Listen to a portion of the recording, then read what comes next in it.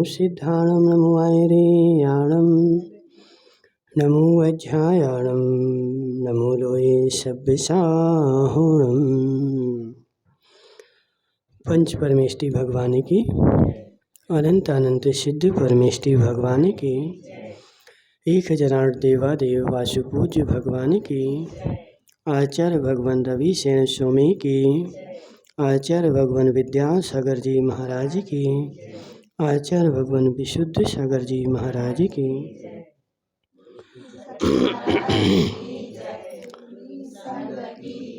यहाँ पे अपना पद्म पुराण चल रहा था और जिसमें अपन ने पिछली बार देखा था कि जो कपिल ब्राह्मण है वह रामपुरी नगरी गया था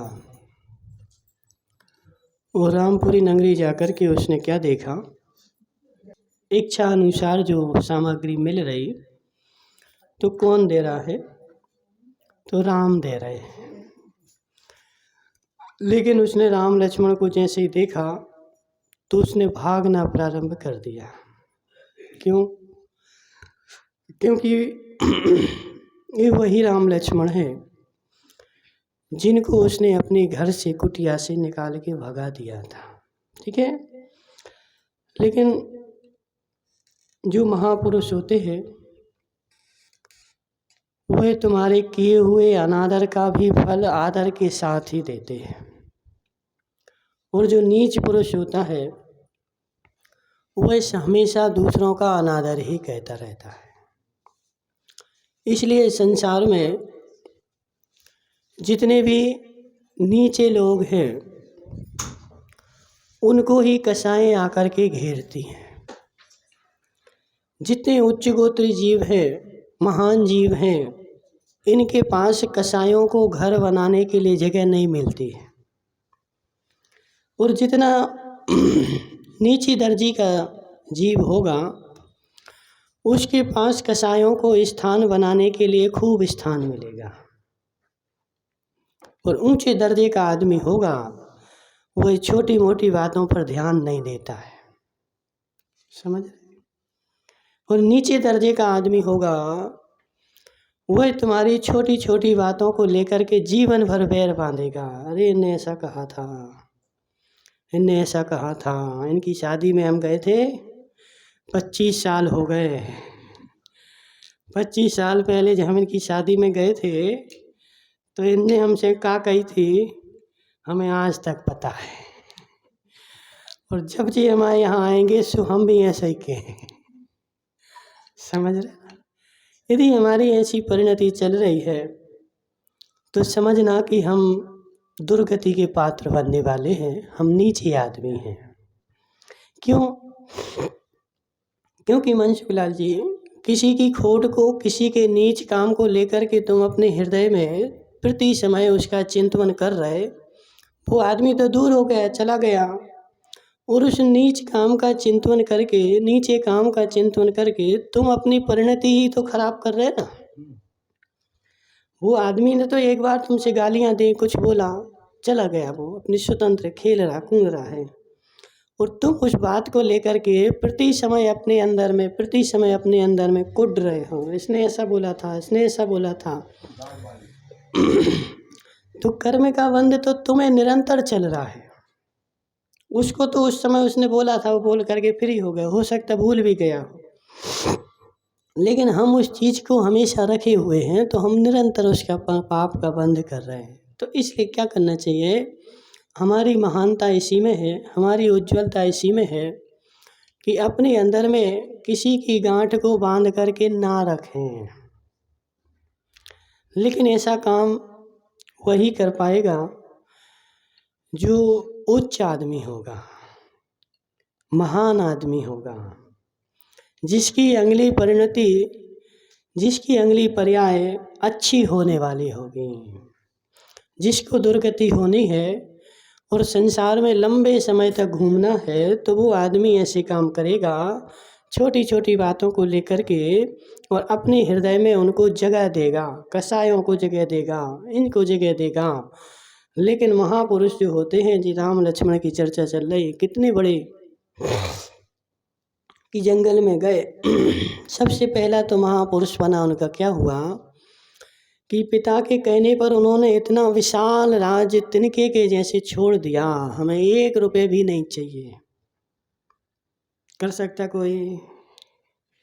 क्यों? जी महापुरुष हैं कि तिनके के जैसा इतना विशाल राज्य पिता ने बोला कि तुम्हें भरत को राज्य देना है, एक क्षण में छोड़ करके दूर खड़े, जी पकड़ो, हमें नहीं चाहिए। उसके बाद भी जंगल में गए तो विभिन्न राजाओं ने उनका सम्मान किया, सत्कार किया, सब कुछ किया, जो चाहिए ले लो, लेकिन हमें कुछ नहीं चाहिए। किंचित मात्र भी उनके अंदर में लोभ नहीं है। यहाँ पर यक्षों ने उनके लिए रामपुरी बना करके दी। उस रामपुरी में सब प्रकार की सुविधाएं, धन धान्य, जितना बांटना उतना बांटो। अब बताओ कि जब मुँह मामा बांट रहे तो कितना होगा उस पुरी में। देवों के द्वारा बनाई गई, दी गई, लेकिन उसमें भी वो नहीं रहे। कब तक रहे? तो 4 महीने चतुर्मास की रहे, जब तक जितना बांटना था बांट दिया, और जैसे ही चतुर्मास हुआ तो अपना धनुष बांट लेकर के आगे चले गए। उसमें भी मूर्छन है। यदि हम होते तो है। हमारे यहाँ तो देखो आजकल इतनी, हमें लोग बता रहे थे महाराज, महिलाएं तलाक दे रही हैं। काहे के लिए? तो बोले तलाक देने से मास्टर की नौकरी मिल जाती है। वो तलाकशुदा में फॉर्म भरा जाता ना, तो उनके लिए छूट मिल जाती, तलाक दे दो मास्टर बन जाओ। समझ रहे ना? ऐसे केस हो रहे हैं। तो यहाँ जी मान के चलो कि हमारी परिणति ऐसी है कि हम पैसे के लिए कुछ भी करने को तैयार हैं। इसका मतलब क्या? हमारी नीच परिणति है। हमारा कोई ईमान नहीं है, हमारा कोई धर्म नहीं है, हमारी कोई शुद्धता अशुद्धता नहीं है। हमारा सब कुछ जो है वो पैसा ही है। पैसा मिल जाए सब करने को तैयार है। समझ रहे ना? और फिर हम बोलें कि हमारी तो स्वर्ग गति हो जाए, हमें मोक्ष मिल जाए, तो ऐसे लोगों को मोक्ष मिलने लगे तो फिर नरक में कौन जाए? समझ ना? जिनका कोई ईमान नहीं, धर्म नहीं, जिनका कोई निर्णय नहीं, यदि ऐसे लोगों को स्वर्ग मिलने लगे तो फिर नरक में कौन जाए? नरक तो खाली हो जाए। समझ रहे ना? तो इसलिए ऐसे लोगों को ही नरक मिलता है। तो यहाँ पर आचार्य क्या बोल रहे कि कसायों को स्थान उन्हीं की हृदय में मिलता है जो स्वभाव से नीच होता है। उच्च कुल में भले जन्मा हो, उच्च कुल में जन्मने से उच्च कुल नहीं होता है। ठीक है? उच्च कुल में जन्मे आदमी का भी नीच कुल हो सकता है, और नीच कुल में जन्मे आदमी का भी उच्च कुल हो सकता है। क्योंकि आचार्यों ने जो परिभाषा बनाई है, तो महान कर्म जो करता है वो उच्च कुलीन है, जो नीच काम करता है वो नीच कुलीन है। ठीक है? तो जिस जीव महान आदमी होगा, उच्च कुलीन होगा, उसके हृदय में कसायों को स्थान नहीं मिलता है। और जो नीच कुलीन आदमी होता है उसके हृदय में आसानी से, सरलता से, जल्दी से कसायों को स्थान मिल जाता है, और वह अपने हृदय के कोठे को कसायों से परिपूर्ण कर लेता है। भर गई कसाएं। अब जब कसाएं भर गई, जगह तो तय थी। समझ रहे? एक टंकी में 20 लीटर की टंकी है। अब तुमने क्या किया? 20 लीटर की टंकी में पानी भर दिया। अब मिट्टी का तेल बट रहा था, आप कहाँ भरोगे? समझ? थी तो उतना ही। तो ऐसे हमने हृदय में कसाएं भर रखी हैं। अब कसाएं भरने के बाद अब धर्म यदि बट भी रहा हो तो कहाँ भरोगे तुम? पहले कसाएं तो खाली करो। कसाई खाली करना नहीं चाहता है और धर्म भरना चाहता है, लेकिन जगह जो है वो सीमित है। तो यहाँ पर क्या चर्चा चल रही थी कि जो राम लक्ष्मण है, उस कपिल ब्राह्मण ने उनको अपने घर से निकाल करके बाहर भगा दिया था। 1 गिलास पानी तो मांगा था उन्हें, क्या मांगा था? लेकिन 1 गिलास पानी भी नहीं दे करके और घर से भगा दिया कि भगो, तुम्हारे आने से हमारी कुटिया अपवित्र हो गई, तुम्हारा शरीर मैला है। लेकिन जब रामपुरी में राम सब प्रकार की सामग्री बांट रहे थे और वही कपिल ब्राह्मण जब गया तो देख करके भागने लगा, लेकिन उसके बाद भी राम ने उसके ऊपर दया करी। तू तो खोटा है ही, मैं अपनी परिणति क्यों खोटी करूं, मैं तो बांट रहा हूं, बताओ तुम्हें क्या चाहिए। सब प्रकार की सामग्री, धन धान मकान सब राम लक्ष्मण ने उसके लिए कपिल ब्राह्मण को दे दिया।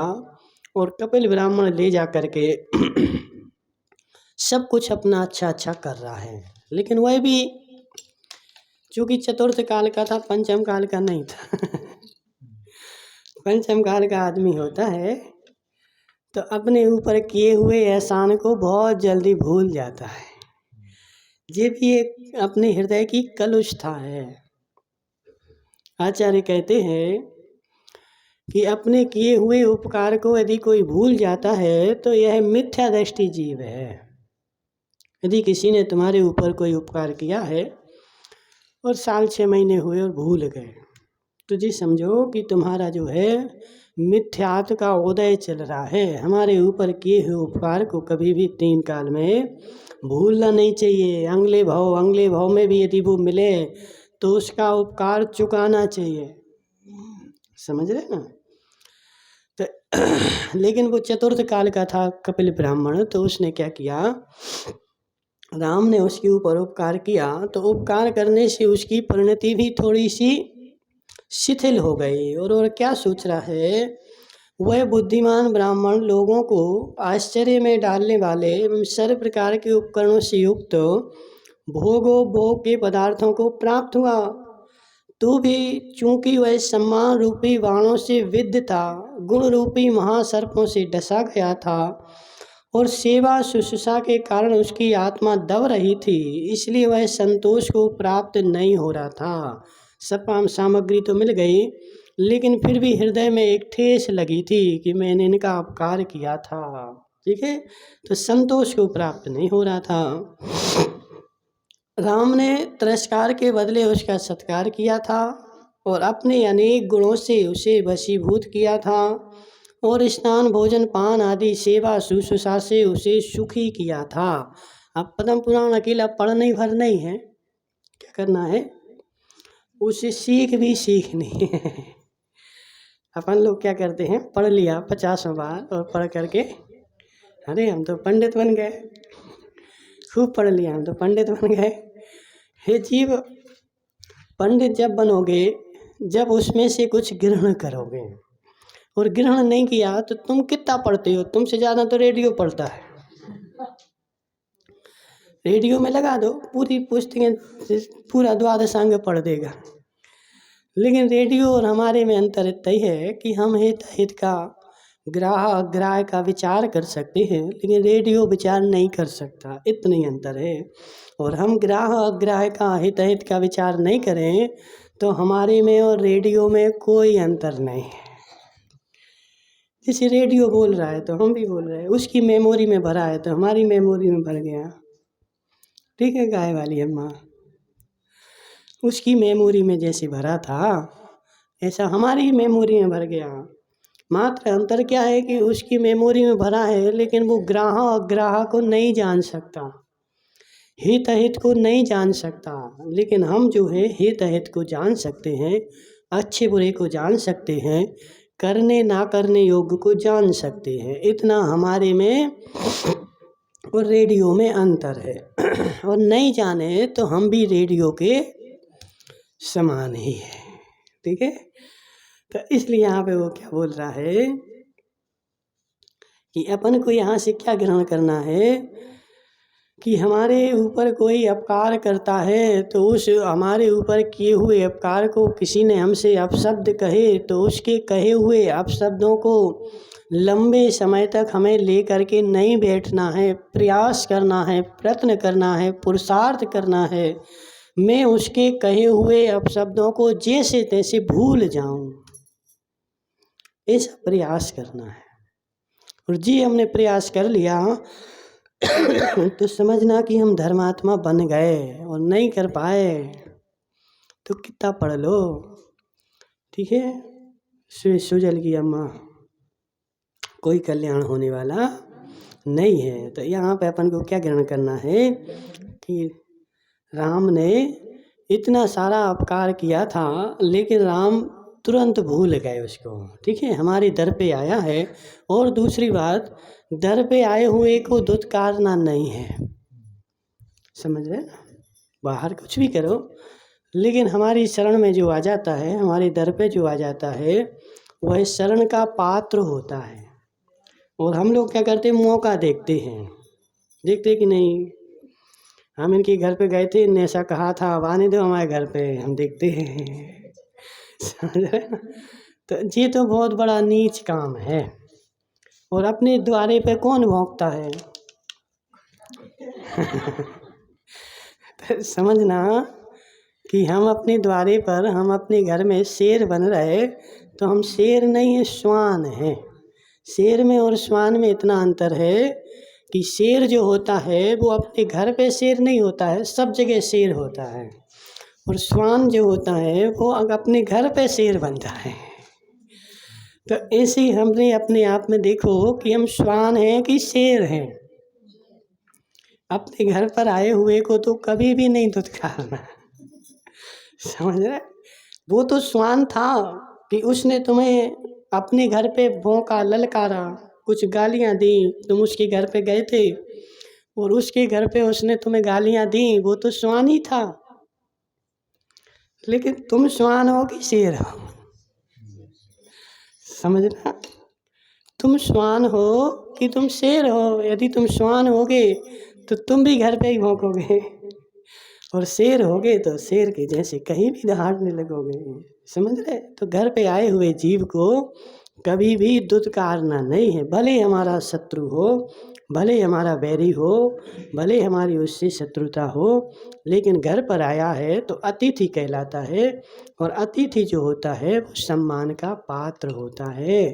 लेकिन ये सारे गुण उसी के पास आएंगे जो सज्जन पुरुष होगा। ये सब सज्जनों के गुण चल रहे ना। राम लक्ष्मण कौन थे? महापुरुष थे, समझ रहे। तो महापुरुषों के गुण जो होते हैं निराले ही होते हैं, हमारे जैसे नहीं होते हैं। ठीक है। तो यहाँ पे क्या बोला कि राम लक्ष्मण ने उसका सब प्रकार से सेवा शुश्रूषा करके और उसका सत्कार किया। इसलिए वह रात दिन इसी शोक में पड़ा रहता था कि देखो कहाँ तो मैं दुष्ट कि जिसने इन्हें एक रात भी घर में नहीं ठहरने दिया, और कहाँ ये महापुरुष जिन्होंने हमारा सब प्रकार से उपकार किया। उसको भी पानी पानी हो गया, लज्जापान हो गया कि मैं कहाँ दुष्ट की एक रात भी अपने यहाँ नहीं ठहरने दिया, और कहाँ जी महापुरुष की हमारे जैसे दुष्ट के लिए, पापी के लिए भी इन्होंने सब प्रकार की सामग्री दे दी। तो कहाँ हम और कहाँ यह, ऐसा उनके मन में चल रहा था। वह विचार करने लगा कि मैं पहले जिस गांव में इतना अधिक दरिद्री था कि कंधे पर लकड़ियों का गट्ठा रखकर भूखा प्यासा दुर्लभ शरीर इधर उधर भटकता था, और आज उसी गांव में राम के प्रसाद से यमराज के समान हो गया, सब चिंता और दुखों से छूट गया। कहाँ तो मैं पूर्व काल में एक सामान्य ब्राह्मण जंगल में रहता था और लकड़ियों की गट्ठा लेकर के जाता था और उससे अपनी जीविका चलाता था, और कहाँ आज कि उनके राम के प्रसाद से सब प्रकार की संपत्ति मुझे मिल गई, सारे दुखों से मैं छूट गया। पहले मेरा जो घर जीर्ण शीर्ण होकर गिर रहा था, उसमें अनेक छिद्रों से जर्जर था, काक आदि पक्षियों की अशुचि से लिप्त था, जिसमें कभी गोबर भी नहीं लगता था। गोबर भी नहीं लगता था मतलब लीपने के लिए स्थान ही नहीं था, कहाँ लीपे। गोबर ही नहीं लगता था, ऐसा था, टूटा फूटा था। कबूतर वगैरह, चील कबूतर सब जगह भरे रहते थे, वो बीट करते रहते थे, नीचे कंकड़ पत्थर थे, तो लीपने के लिए भी जगह नहीं थी। वही घर आज राम के प्रसाद से अनेक गायों से व्याप्त, नाना महलों से संकीर्ण तथा प्राकार कोट से घिरा हुआ है। राम के प्रसाद से हमारा महल बन गया। कहाँ वो टूटी टपरिया और कहाँ महल। हाय, बड़े खेद की बात है कि मैंने कमल के समान नेत्रों के धारक और चंद्र तुल्य मुख से सुशोभित घर आए हुए उन दोनों भाइयों का अपराध के बिना ही तिरस्कार किया। किससे बोल रहा है? अपने आप को कोस रहा है, किसी दूसरे को नहीं कोस रहा कि मैं कितना दुष्ट हूँ। जो दोनों भाई हमारे घर पे आए थे निरपराध थे, कोई अपराध नहीं था, फिर भी हमने उनको तिरस्कार करके भगा दिया। ऐसा हम अपने आप को कोसते क्या कभी? बोलो, कभी नहीं कोसते। तुम्हारे घर पे भी निरपराध श्वान आया था, निरपराध गाय आई थी, तुमने क्या किया? डंडा मार के भगा दिया। उसने क्या किया तुम्हारा? मनसुख लाल जी बताओ। अब वो तो बेचारी कर्मों की मारी है, भोजन की तलाश में यहाँ के वहाँ श्वान घूम रहा, उसका कोई घर तो है नहीं है कि वहाँ जाके रोटी बना ले। समझ रहे? वो तो तुम्हारी आश्रित है, तुम्हारे घर पे आता है, यहाँ वहाँ घूमता है, और तुम क्या करते हो? डंडा मार के पत्थर मार के बेचारे को भगा देते हो। तो ऐसे अपने आप को कोसा कभी? उसका क्या अपराध था? फिर क्यों मारा डंडा उसको? बोलो प्रभु की अम्मा, क्यों मारा डंडा? समझ रहे? ग्रीष्म ऋतु के आताप से जिनके शरीर संतप्त हो रहे थे, ऐसे दोनों भाई देवी अर्थात सीता के साथ घर से बाहर निकले। वह मेरे हृदय में सदा शल्य की तरह गड़ा हुआ चंचल उड़ता है। यानी वह दोनों भाई उसकी कुटिया से बाहर निकले सीता सहित, वो दृश्य उसके हृदय में गड़ा हुआ है और बार बार शल्य की तरह चुभ रहा है कि मैंने ऐसा कौन सा अपराध किया, क्या कर दिया कि उन दोनों को भगा दिया। निसंदेह मेरे दुख का अंत तब तक नहीं हो सकता जब तक मैं घर छोड़कर निरारंभ हो दीक्षा नहीं ले लेता। अब कपिल ब्राह्मण बोल रहा है कि हमारी शल्य का अंत मात्र एक ही उपाय है, तभी होगा जब ये सारा परिक्रय छोड़ करके और मैं दिगंबरी दीक्षा लेकर के और वन में चला जाऊंगा, तभी मैं शल्य से दूर हो सकता हूँ, और कोई उपाय नहीं है। तदनंतर कपिल के वैराग्य का समाचार जानकर इसके घबराए हुए दीनहीन भाई बंधु सुधर्मा ब्राह्मणी के साथ आंसू धारा बहाने लगे। अब महिलाओं का काम क्या है? रोने लगा। कुछ हो जाए तो रोने लगा, और एक रोती है तो और मोहल्ला की और आ जाती। चलो आज क्या है? रोने का बोला हुआ है, ठीक है,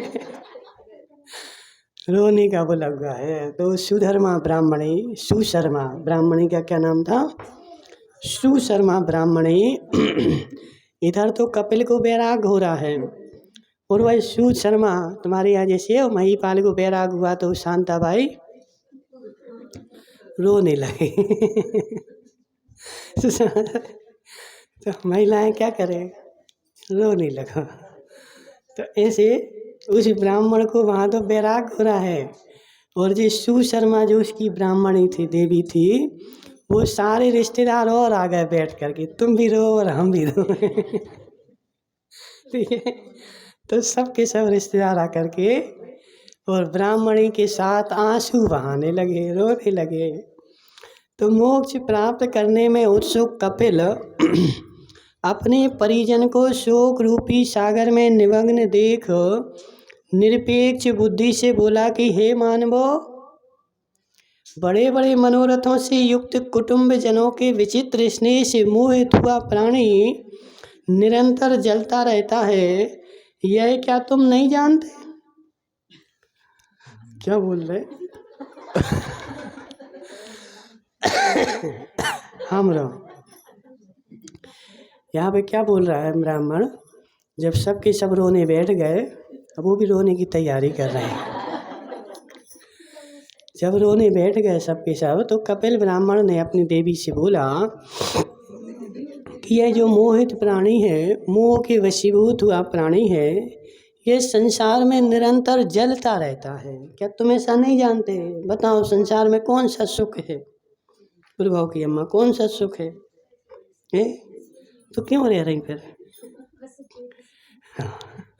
संसार में जी बताओ, तुम्हें शादी को 30 साल हो गए, अब जितनी शादी के समय थी उससे और आधी बची, तुम तो 28 किलो का वजन बचा तुम्हारा। तुम्हें कौन सा सुख मिल गया?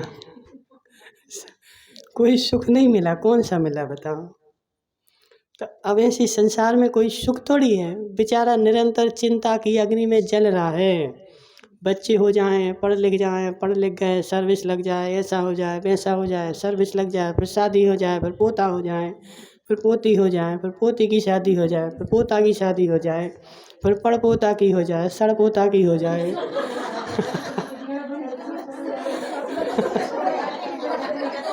तो क्या लग रहा बताओ?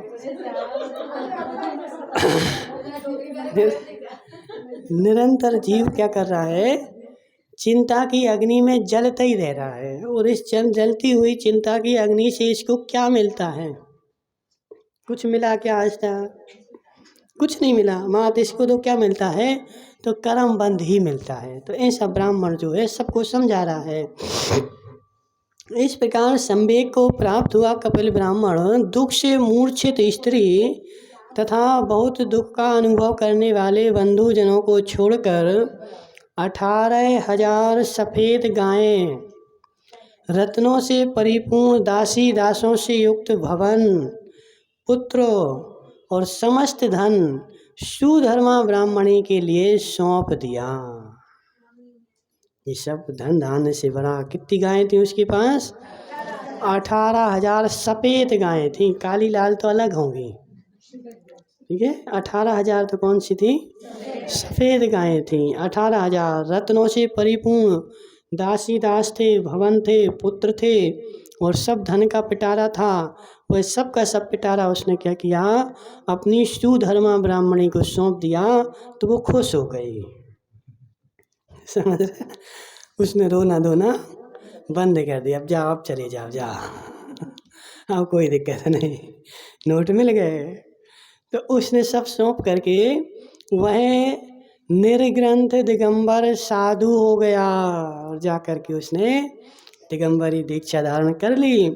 और सध्यानंदमती के शिष्य तथा गुण और शील के महासागर अतिशय तपस्वी मुनि उसके गुरु हुए, अर्थात उनके पास जाकर के दीक्षा ले ली। कहाँ ली उसने? सहदानंदमती के शिष्य, नाम नहीं लिखा इसमें। महासागर अतिशय तपस्वी, शील और गुण की महासागर, नाम बाद में आएगा, ठीक है। तदनंतर जो निर्मल चारित्र रूपी कांवर को धारण करते थे, जिनका मन सदा परमार्थ में लगा रहता था और जिनका शरीर निर्ग्रंथ व्रत रूपी लक्ष्मी से आलिंगित था, ऐसे महातपस्वी कपिल मुनिराज पृथ्वी पर भ्रमण करने लगे। और कपिल मुनिराज जो थे वह सब जगह जाकर के क्या कर रहे हैं? भ्रमण कर रहे हैं।